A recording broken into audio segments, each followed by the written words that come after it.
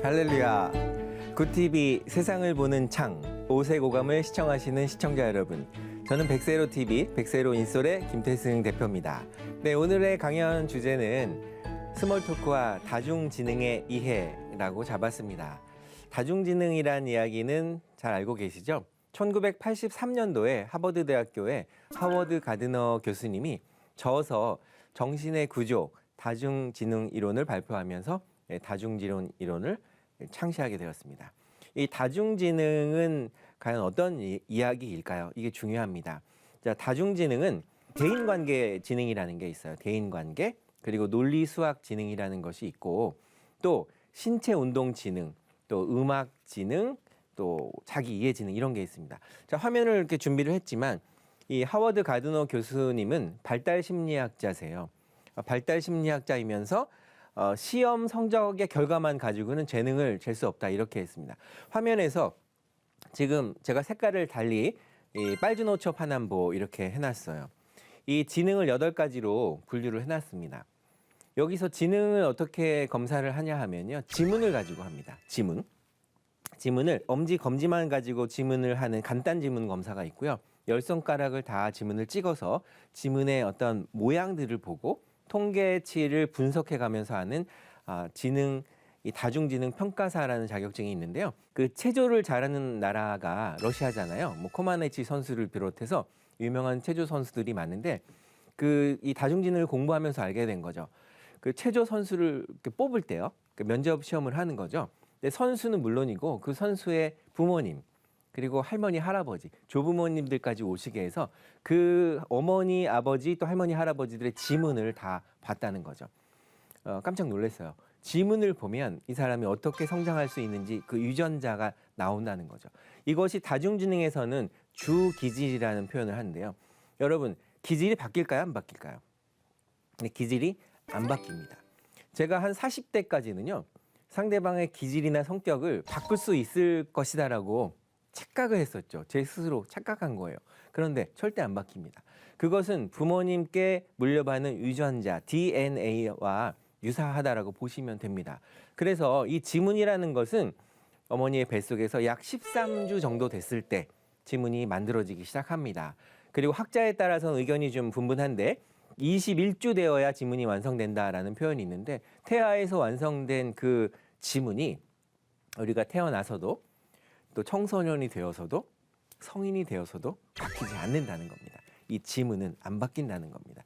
그래서 우리가 여기서 얻을 수 있는 강력한 팁은 뭐냐면요. 제가 강연에서 가끔 인용을 하는데요. 강호동 선수는 대표적인 씨름 선수잖아요.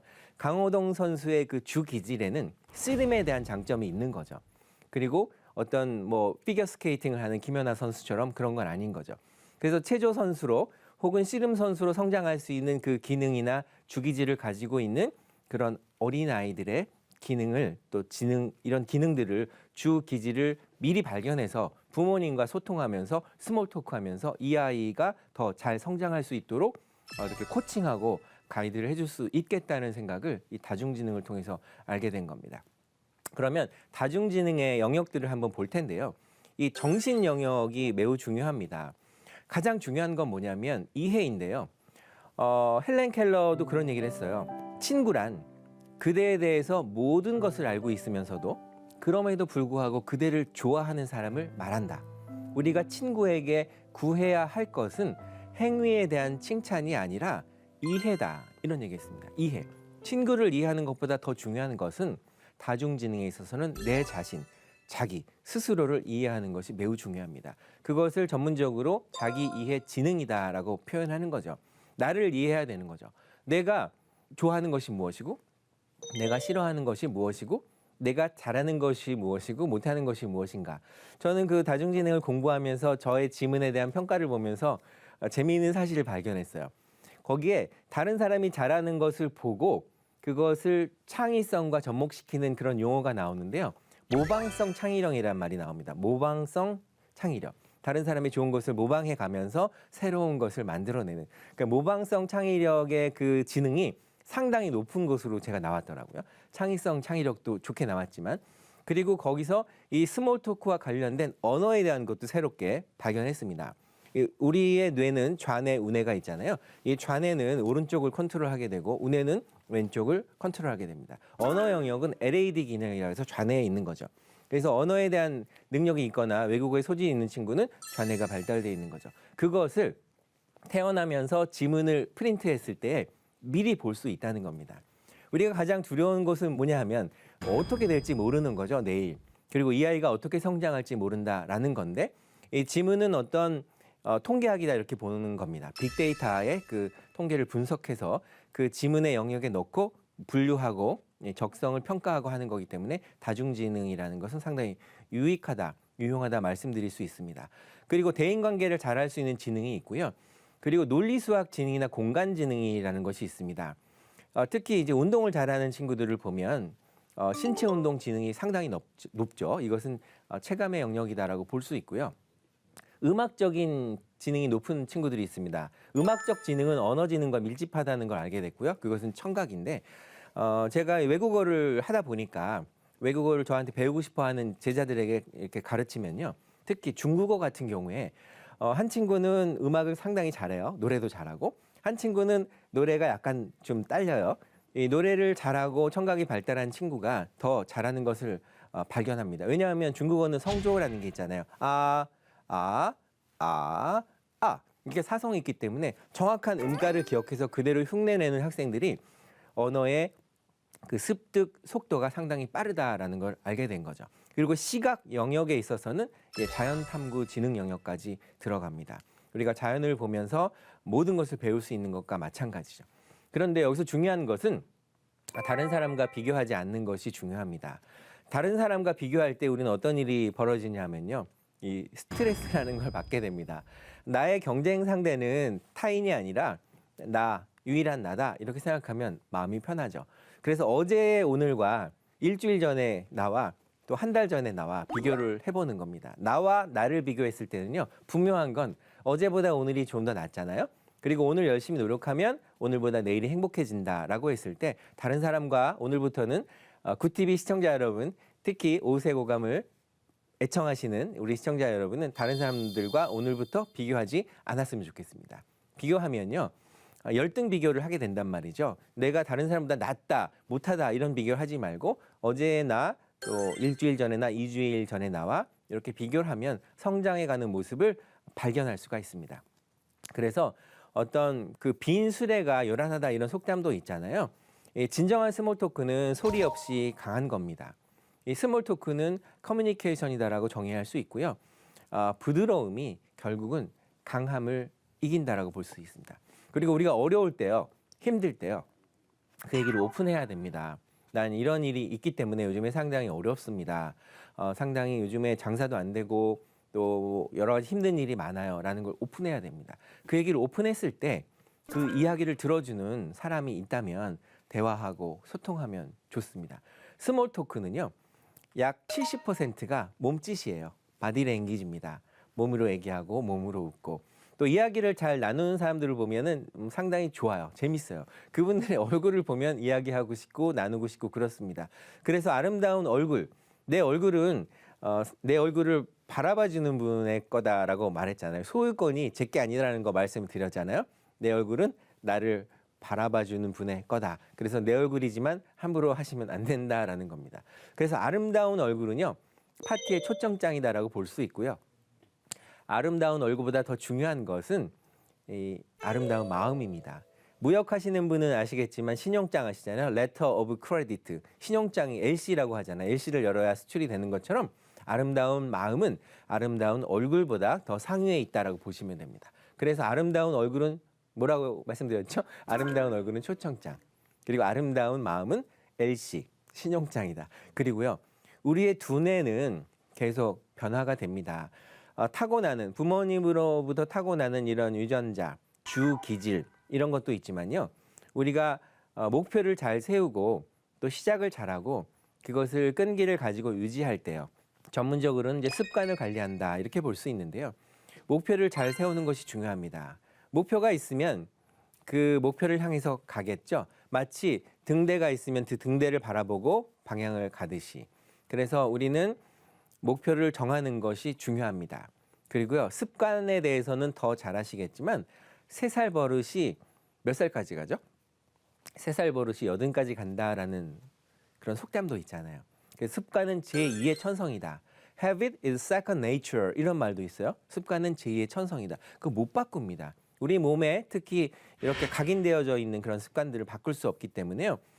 그거 상당히 노력이 필요합니다. 사람의 노력으로만 바꿀 수 있으면 얼마나 좋을까요? 하나님께서 터치하셔야 바뀝니다. 잘 바뀔 수가 없는 거죠.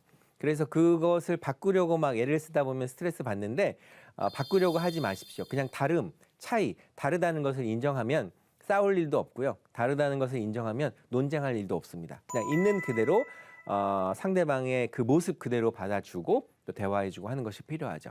자, 그리고요, 이 대화를 할 때 스몰 토크 할 때는요, 저는 아하 기법이라고 쓰는데요. 아하, 오, 와우 이런 말들을 합니다. 아하라는 건요, 그거죠. 아하, 유레카, 뭔가를 깨달았을 때, 그리고 상대방의 이야기에 감동할 때, 와우 이런 말 하잖아요. 아주 좋습니다. 그래서 저는 그 4명의 선생님을 항상 모시고 다녀요. 같이 다녀요. 4명의 선생님 누구냐? 그걸 저는 사감 선생님이라고 합니다. 사감 선생님. 뭐 비사감과 러브레타의 사감 선생님이 아니라요. 사감 선생님은 감사와 감동과 감탄과 감격입니다. 이 4가지를 우리 이 선생님을 모시고 다닌다면 늘 감사하게 되고요. 또 작은 일이지만 감동하게 되고요. 또 상대방의 어떤 깊은 마음을 느꼈을 때 감탄하게 되고요. 감탄의 더 상위 버전이 감격입니다. 감격에 눈물을 흘린다고 하잖아요. 그래서 그런 사감 선생님을 말씀드리고 싶었고, 아하 기법에서는, 아하에서는 재미와 어떤 하나의 그 프레임, 틀과 생각의 어떤 변화, 체인지 이런 것이 필요합니다. 그리고요, 학습의 능력을 기를 필요가 있어요. 우리 사람들은 누구나 3가지 정도 이상의 장점들을 타고난다고 합니다. 그것이 다중지능에서도 주기질로 나타나는데요. 저는 이번에 다중지능을 공부하면서 저의 장점들을 다시 한번 재조명하게 됐어요. 저의 동생은 뮤지션이라 이런 노래도 잘하고 작곡도 잘하는데, 저는 성가대는 했지만 노래를 잘한다라는 생각을 단 한 번도 해본 적이 없거든요. 가수들은 어떻게 노래를 잘할까 그 생각만 했는데, 그것이 스몰 토크와 스피치를 학습하는 것과 원리가 같더라고요. Repeat and repeat. 반복하면 잘하게 된다. 그래서 저는 노래도 반복해서 연습하고 훈련하고 또 잘하시는 분으로부터 코칭을 받고 레슨을 받으면 좋아지게 된다라는 것을 알게 됐습니다. 그래서 학습 능력을 나의 선생님이 어떤 분이냐에 따라서 학습의 효과가 달라지듯이, 학습은 머리가 아닌 가슴으로 배우는 것이 중요합니다. 머리로 배우는 것은 한계가 있지만 가슴속이 뭉클해서 뭔가 배우고 싶어질 때, 그때의 그 성과도 더욱더 상승된다는 걸 볼 수 있어요. 그리고 요즘에 뭐 여러 가지 게임들이 좀 이슈잖아요. 오징어 게임도 있고 등등이 있는데, 이 심리학을 공부하다 보면 게임 이론이라는 게 있어요. 뭐 깨진 유리창의 법칙이라든가 뭐 여러 가지 확률 게임인데, 우리가 게임을 할 때는 어떻습니까? 어린아이들이, 특히 자녀분들이 게임할 때 뭐 중독 이런 상태 말고요, 뭔가 집중하잖아요. 얘야 밥 먹어라 이래도 그 듣지 못하고 빠지잖아요. 그것이 왜 그럴까요? 그 아이에 있어서는 그 게임이 재미있기 때문입니다. 재미가 있다는 건 매우 행복한 거죠. fun이라는 건 매우 행복합니다. 그러나 fun과 다른 개념의 joy라고 하는 것은, 정말 그런 게임들이 우리에게 어떤 행복과 즐거움을 줄 수는 있지만 그 joy처럼 마치 하나님이 우리에게 주시는 그런 기쁨과는 좀 차원이 다른, 클래스가 다른 그런 즐거움이잖아요. 그래서 우리 세상을 게임처럼 그렇게 사는 것도 중요하겠지만, 즐거움을 가지고 사는 것도 중요하겠지만, 진정한 행복의 원천이 무엇인가를 생각하면서 굿TV를 시청하신 시청자 여러분이, 나에게 진정한 행복을 주는 그런 분은 예수 그리스도라는 것을 우리가 인식한다면 즐거울 수도 있고요. 또 불행할 수도 있지만 그 불행한 가운데서도 주님을 바라보면서 간다면 이 또한 지나가리라, 이런 마음으로 갈 수 있습니다. 하나님께서 사랑하시는 분들에게는요, 무엇을 줄까요? 잠을 주십니다. 잠. 그래서 충분한 수면이 중요합니다. 우리가 건강을 유지하면서 살기 위해서는요, 몇 가지를 잘 해야 되는데요. 그것이 운동해야 됩니다. 걷는 것이 중요합니다. 그리고 많이 운동하고 걷다 보면 또 이제 좀 피곤하게 되잖아요, 몸이. 그래서 또 숙면을 취한다는 거죠. 우리가 잠을 못 자는 것보다 괴로운 게 없습니다. 잠을 못 자게 하면서 하면 상당히 예민해지고 또 정신이 뭐 불편하게 될 만큼 되는데요. 잠을 충분하게 자는 숙면을 취하는 것이 중요합니다. 그리고 운동은 언제까지 해야 될까요? 우리가 살아있는 동안 계속 해야 됩니다. 어떤 운동이 좋을까요? 걷는 운동이 제일 좋습니다. 근데 매일매일 걷는다 하면서도 걷기 어렵잖아요. 그래서 요즘같이 추울 때는 계단 타기 운동을 하시는 분들 계세요. 계단 오르내릴 때 주의하셔야 됩니다.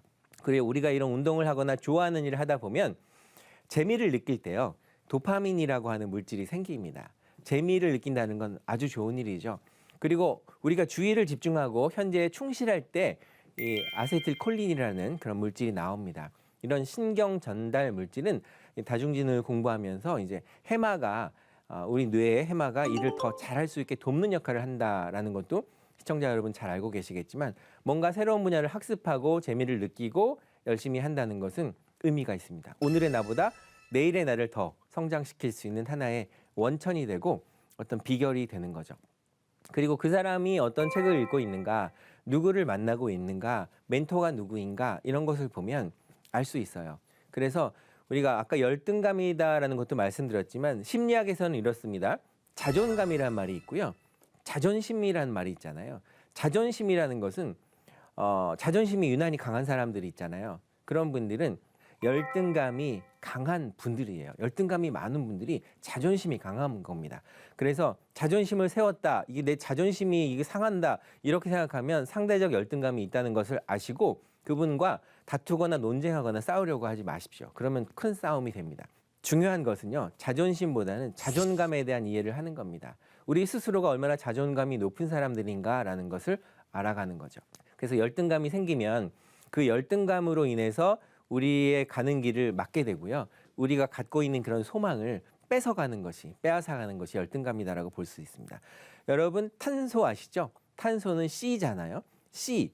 이 원자가, 탄소라는 C라는 원자가 무엇과 만나느냐, 무엇과 결합하느냐에 따라서 흑연도 되고요. 또 다이아몬드도 됩니다. 우리가 열등감과 결합하게 된다면요. 우리는 문제가 많은 그런 사람이 될 수 있고요. 하나님과 결합할 때 우리가 독수리가 비상하는 거 한번 생각해 보세요. 독수리에 날개치면서 올라가는, 우리가 걸어가도 곤비치 않고 달려가도 피곤치 않겠다라는 하나님의 말씀처럼 독수리처럼 날아가게 됩니다. 그러니까 믿음이라는 것은요, 하나님을 바라보는 것이고요. 하나님과 결합하는 겁니다. 그래서 히브리서 12장 2절인가요? 이렇게 나오죠. 믿음의 주요 또 온전하게 하시는 이인 예수를 바라보자. 누구를 바라보느냐에 따라서 나의 인생의 방향이 바뀌고요. 누구를 바라보느냐에 따라서 나의 인생의 터닝 포인트가 될 수도 있습니다. 바라봄의 기적, C라는 말을 꼭 명심하시고요. 사랑의 시작은 바라봄이다. 예수님이 우리를 바라보는 것처럼 우리도 예수님을 바라본다면 요즘 우리가 겪고 있는 이런 어려움과 역경 또한 충분히 능히 넉넉히 이길 수 있다라는 생각을 해봅니다. 자, 그리고요. 우리 사람들에게 가장 중요한 능력은 무엇일까요? 피터 드러커라는 사람이 이런 얘기를 했어요. 인간에게 가장 중요한 능력은 자기 표현력이고 현대의 경영이나 관리는 커뮤니케이션에 의해서 좌우된다라는 엄청난 이야기를 했습니다. 즉, 커뮤니케이션 능력, 스피치 능력, 스몰 토크 능력, 이것이 현대를 살아가는 데 있어서 꼭 필요한 요소다. 이렇게 정의를 할 수가 있는 거죠. 이야기를 할 때요, 스몰 토크의 기술을 세 가지로 정리하면 이렇습니다. 알기 쉽게 말하는 것, 알기 쉽게 표현하는 것, 그리고 긴 이야기를 짧게 간결하게 표현하는 것.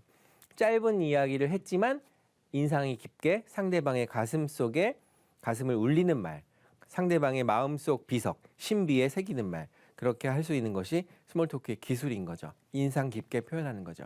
스몰 토크에 대한 내용을 쭉 이제 살펴보시면서 오늘 강연을 이렇게 보시면서 여러 가지 생각하셨죠? 지난번 강연에서도 이 스몰 토크는 노래와 시다라고 정의했고, 시와 노래. 오늘은 스몰 토크와 다중지능에 대해서 말씀드리는데요. 알기 쉽게 단문으로 이야기하는 것, 이런 것이 매우 중요합니다. 그 중에서도 나를 정확하게 이야기하고 자기 이해를 하는 그런 능력을 통해서 나의 장점들을 미리미리 찾아서 발굴하는 거죠. 저는 그래요. 제가 잘 못하는 거에 대해서는 그다지 관심이 없습니다. 제가 잘할 수 있는 것이 무엇일까? 그것을 보고 계속 집중해서 노력하는 거죠. 스몰 토크는 간단할수록 좋고요. 인디안 속담에도 이런 말이 있는데요. 말을 타고 달려가다가 말에서 내립니다. 그리고 말에서 내려서 뒤를 한번 돌아봅니다. 아, 내가 너무 빨리 달려서 나의 영혼이 나를 쫓아오지 않는 건 아닐까? 나의 영혼이 뒤에 있는 건 아닐까? 한번 돌아본다는 거죠. 영어 속담에도요. Hindsight is always 20/20 이런 말이 있습니다. 뒤돌아보면 시력이 2.0이 된다는 거죠. 그래서 다시 말해서 가끔은 뒤돌아보는 것이 필요합니다. 많이 읽어야 되고요.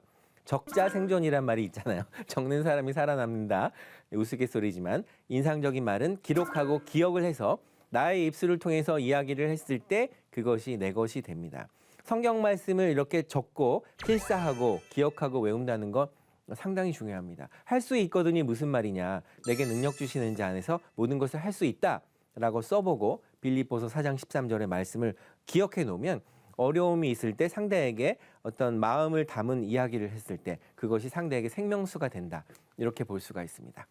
그리고 이런 자세만 보더라도 상당히 달라지잖아요. 상대방의 이야기가 상대방의 태도가 나를 경청하고 있는가 이런 거를 살펴보는 겁니다. 그래서 이렇게 오만방자한 자세보다는 경청하는 자세가 필요하지 않을까 생각해 봅니다. 누구에게 평생 기억할 만한 말을 할 수 있다면 그것만큼 강력한 스피치가 또 있을까라고 비카스 징그란이 이야기한 거죠. 누군가에게 평생 기억하게 되는 잊혀지지 않는 그 말 한마디를 하는 것이 중요합니다. 스피치는 생각이고 연습이고 훈련이고 능력이고 사랑입니다. 그래서 오늘 이 스몰 토크와 다중지능의 이해에 대해서 알아봤고요. 또한 스피치는 생각이고 연습인데 우리가 그냥 하면 됩니다. Just do it. 그냥 실행하는 것이 중요하고요. 나바쿤다라는 마음으로 상대방을 사랑하는 마음 이것이 중요합니다. 그냥 한번 해보시죠. 우리가 할 수 있거든이 무슨 말이냐? 믿는 자들에게는 능치 못함이 없다라는 하나님의 말씀을 기억하면서 그냥 묵묵히 최선을 다할 때 Heaven helps those who help themselves. 하늘은 스스로 돕는 자를 돕는다라고 이야기하지 않습니까? 한 걸음 한 걸음 가시면서 우리가 지금의 어려움이 없이는 얻는 게 없잖아요. No pain, no gain. 그리고 십자가 없이는 왕관도 없습니다. No cross, no crown. 이런 마음으로 우리가 행복한 하루하루를 보냈으면 하는 생각입니다. 자, 이제 마무리를 하면서요.